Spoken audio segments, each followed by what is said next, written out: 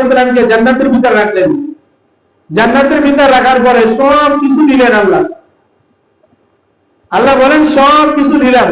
এরপর আদম আলাইহিসসালাম জান্নাতের নিয়ামত পাওয়ার পরে মনটা কেমন যেন একটু বেজার হয়ে যায়, কি যেন নাই, ভালো লাগে না। যুবক যখন বিবাহের বয়স হয়ে যায়, যুবক হোক যুবতী হোক যেই হোক, যখন বিবাহের বয়স হয়ে যায়, আল্লাহ রাসূল বলেন হাদিসের ভিতরে, 3 কাজে বিলম্ব করিও না। কয় কাজে? 3টা কাজে বিলম্ব করিও না। 1, নামাজ যখন সময় হয়ে যায় আদায় করে নাও। 2, জানাজা যখন উপস্থিত হয়ে যায় তখন তাকে তাড়াতাড়ি করে দাফন করে দাও, জানাজা পড়াইয়া। 3, ছেলে মেয়ে যখন বিবাহের উপযুক্ত হয়ে যায়, পাত্র পাওয়া যায়, তাকে সাথে সাথে বিবাহ দিয়ে দাও। কয় কাজে বিলম্ব করতে নিষেধ করছেন? 3 কাজে। বিবাহ মানে যৌবন, যখন যুবকরা যখন যৌবনে পদার্পণ হয়, বিবাহের বয়স যখন হয়, যুবক হোক যুবতী হোক, কেমন যেন তাদের মনটা উদাসীন থাকে। সব কিছু পাওয়ার পরে মনটা কেমন যদি ভালো লাগে না। ঘরের ভিতর আসলে ঘরের ভিতর মন থেকে না আসে না, এরকম এক্সের বাইরে দিয়ে ঘোরাফেরা করে। আদম আলাইহিসসালামকে জান্নাতের ভিতর রাখলেন, জান্নাতের সব নিয়ামত দিলেন, সব কিছু ভক্ষণ করতেছে। এরপর মনটা কেমন যেন উদাসীন, কেমন যেন ভালো লাগতেছে না। আল্লাহ রাব্বুল আলামিন তো বুঝছে। আদম আলাইহিসসালামকে জিজ্ঞাসা করলেন, কি ব্যাপার আদম, তোমার মনটা উদাসীন লাগতেছে, কারণটা কি? আল্লাহ সবকিছু তো আছে, একা ভালো লাগে না। আদম আলাইহিসসালাম শুয়ে আছেন, বাপ মাদের হাড্ডি ওখান থেকে নিয়ে মা হাওয়া আলাইহিসসালামকে বানাইলেন। ঘুমের থেকে ওঠার পরে দেখেন হাওয়া আলাইহিসসালাম পাশে বসা। আদম আলাইহিসসালাম খুশি হয়ে গেছে, হাত বাড়াইছে, খবরদার হাত বাড়ানো যাবে না। কি করা যাবে না? হাত বাড়ানো যাবে না। আগে তাকে বিবাহ করতে হবে, মহারণা ধার্য করতে হবে, দিতে হবে, তারপরে। এর আগে কি করা যাবে না? বাড়া যাবে না। বিবাহ করাই দিলেন কে? আল্লাহ। আল্লাহ বিবাহ করাই দিলেন। মহারণা কি দিবে? টাকা পয়সা তো কিছু নেই। আদম আলাইহিসসালাম ডাক দিলেন, আল্লাহ বিবাহ তো করাই দিয়েছেন, মহারণা আদায় করবো কি দিয়ে? আমার কাছে টাকা পয়সা নাই, আমাকে বানাইয়া জান্নাতের ভিতরে দিয়েছেন, আমি টাকা পয়সা পাবো কোথায়? আমার রব ডাক দিয়ে বলেন, আদম তোমার বিবির মহরণা আদায় করতে হবে, এটা ধার্য। তবে তোমাকে একটা পন্থা বলে দেয়, ও আদম আমার নবী জনাবে মুহাম্মদ রাসূলুল্লাহ সাল্লাল্লাহু আলাইহি ওয়াসাল্লাম, ও আদম শুনে নাও, তুমি যখন মাটি কাটার ভিতরে তার থেকে 1000 বছর আগে আমি আমার নবীকে বানাইছি। ইয়াসিন ওয়াল কুরআনিল হাকীম ইন্নাকা লামিনাল মুরসালিন। ইয়াসিন আল্লাহ রাসূলের একটা সিফাতি নাম, ইন্নাকা লামিনাল মুরসালিন ওয়াল কুরআনিল হাকীম, প্রজ্ঞাময় হিকমতওয়ালা কোরআনের কসম, ইন্নাকা নিশ্চয় আমি আপনাকে লামিনাল মুরসালিন করে বানাইছি। আদম আলাইহিস সালামকে ডাক দিয়ে বলেন, ও আদম তুমি আমার নবীর উপরে একবার নয় 10 বার সুন্দর নয়, কমসে কম 10 বার দুরূদ পড়ো, তোমার বিবির মহরানা আদায় হয়ে যাবে। আমার নবীর উপরে দুরূদ পড়লেন, মহরানা আদায় হয়ে গেলে এখন ভালো লাগতেছে। জান্নাতের ভিতরে ঘোরাফেরা করে, সব কিছু বক্ষণ করে। আল্লাহ একটা শর্ত লাগাইছিলেন, ওয়ালা তাকরাবা হাযিহিশ শাজারা, দুনিয়ার যা কিছু আছে, জান্নাতে যা কিছু আছে সব পাবা, ওই গাছের কাছে যাবা না। বলছিলেন আল্লাহ, ওয়ালা তাকরাবা হাযিহিশ শাজারা, ওই গাছের নিকটে যাবে না, গাছের কাছে যাবে না। আদম আলাইহিস সালামকে নিষেধ করার পরে আদম আলাইহিস সালাম সব কিছু খায়, গাছের কাছে যায় না। মানুষের একটা অভ্যাস, যেই কাজ করতে নিষেধ করে ওই কাজ বেশি করে করে, যেখানে যাইতে নিষেধ করে ওখানে বেশি করে যায়, ঠিক না? এটা হলো মানুষ জাতির অভ্যাস। আদম আলাইহিস সালামকে মিস্টার হিউম্যান চিন্তা করলো, আদমকে ধোঁকা দিয়ে পারা যাবে না, আদমকে ধোঁকা দিয়ে পারা যাবে না। কাকে ধোঁকা দিতে হবে? তার বিবি হাওয়া আলাইহিস সালামকে ধোঁকা দিতে হবে। কি করলেন? হাওয়া আলাইহিস সালামের কাছে গেলেন, প্রমন্ত্রণা করাইলেন, কান পড়া দিলেন। আছে না কিছু কিছু মহিলাদের কাছে কান পড়া দেয়, এমন পড়া দেয় সংসার শেষ। আছে এরকম, আছে সংসার।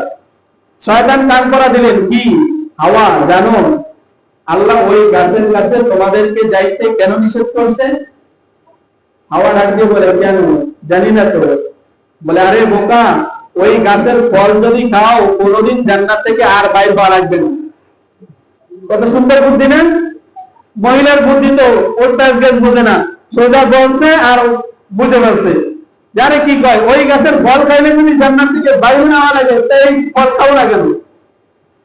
এখন একা তো খাবে খাবে, একা খাবে কিভাবে? এখন বিবি স্বামীকে নিয়ে খাবে। আর যত বড় পুরুষ পালন হোক না কেন, যত বীর পুরুষ হোক না কেন, বিবির কাছে গেলেই কাবুল। যত বীর পুরুষ হোক বাহিরে ফাটাই ফেলায় সব কিছু, ঘরের ভিতরে গেলে কিছুই না। বিবি কান পড়া দিচ্ছে স্বামীকে, স্বামী ওই যে ফল গাছটা, ওই ফলের ওই গাছের ফল খাইলে মনে জান্নাত থেকে আর বাইরে হওয়া লাগবে না, চলো আমরা ওই ফলটা খাই। আদম বলেন না, খবরদার যাওয়া যাবে না। একবার দুইবার তিনবার স্ত্রী বারবার তিরোতিরি করার পরে স্বামী কাবু হয়ে গেছে।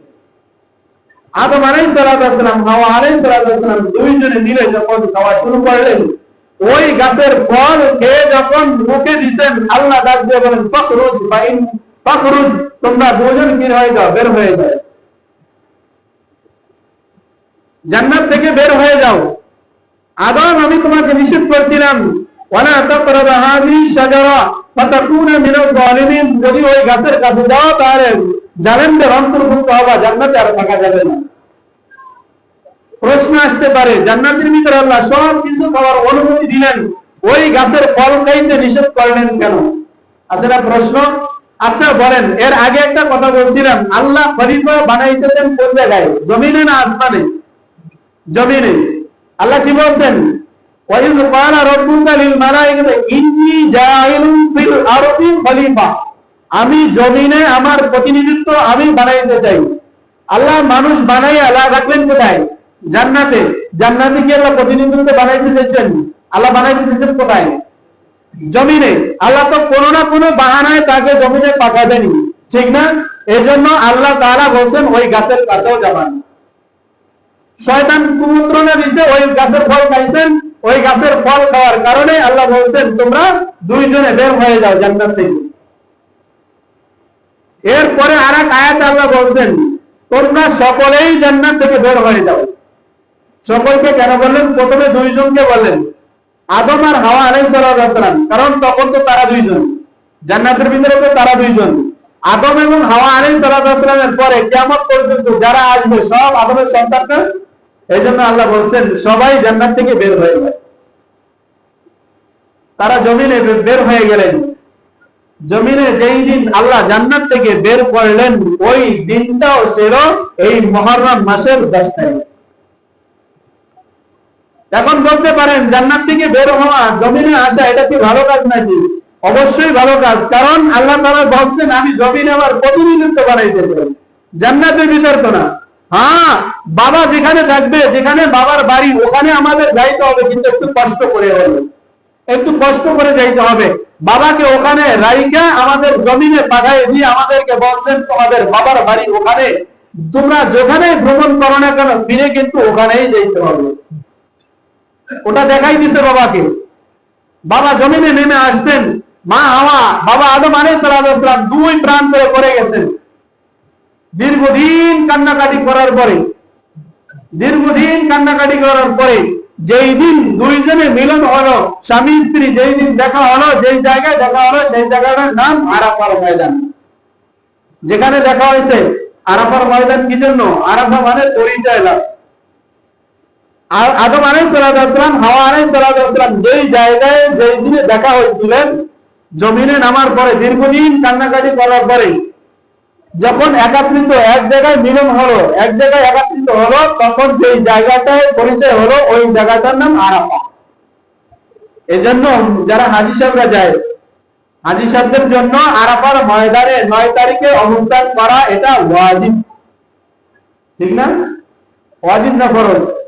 ফরজ। মুজদালিফায় অবস্থান, আরাফার ময়দানে অবস্থান করা ফরজ। আরাফার ময়দানে অবস্থান করা।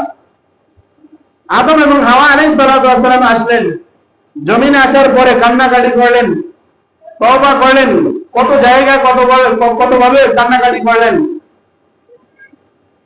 আমরা অনেক সময় মোনাজাতে বলি না, রব্বানা যালামনা আনফুসানা ওয়া ইল্লাম তাগফির লানা ওয়া তারহামনা লানাকুনান্না মিনাল খাসিরিন। আদম আলাইহিস সালাম দোয়া করছেন আল্লাহর কাছে। দোয়া করতে করতে কোনো দোয়াই কবুল হয় না, কোনো দোয়া কবুল হয় না। হঠাৎ করে মনে পড়ে গেছে, আরে জান্নাতে যখন ছিলাম গেটে গেটে গেটে গেটে আল্লাহর নামের পাশে লা ইলাহা ইল্লাল্লাহর পাশে মুহাম্মাদুর রাসূলুল্লাহ লিখছি।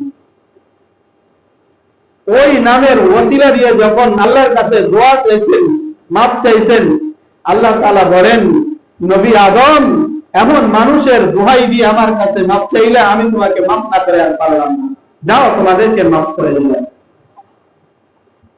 আদম আলাইহিস সালাতু ওয়াস সালাম, হাওয়া আলাইহিস সালাতু ওয়াস সালাম 80 জোড়া সন্তান। কয়জনা? 80 জোড়া সন্তান। 80 জোড়া সন্তানের পরে আস্তে আস্তে আস্তে আস্তে এভাবে আস্তে আস্তে তখন বিবাহ শাদীর একটা প্রচলন ছিল। প্রথম বছর, এই বছর যে সন্তান হবে এক জোড়া হবে, ছেলে এবং মেয়ে। পরের বছর আবার আরেক জোড়া হবে, ছেলে মেয়ে। ওই পরের বছরের মেয়ে আগের বছরের ছেলে, আগের বছরের ছেলে পরের বছরের মেয়ে, এইভাবে বিবাহ শাদী হইতো। হঠাৎ করে একবার হাবিল আর কাবিলের ভিতরে দ্বন্দ্ব হয়ে গেল বিবাহ নিয়ে। এটাই অন্য ইতিহাস, এগুলাও অন্য সাবজেক্ট। এভাবে যাওয়ার পরে নূহ আলাইহিস সালাম আসলেন। মুহররম মাসে যে আল্লাহ তাআলা 10 তারিখে কত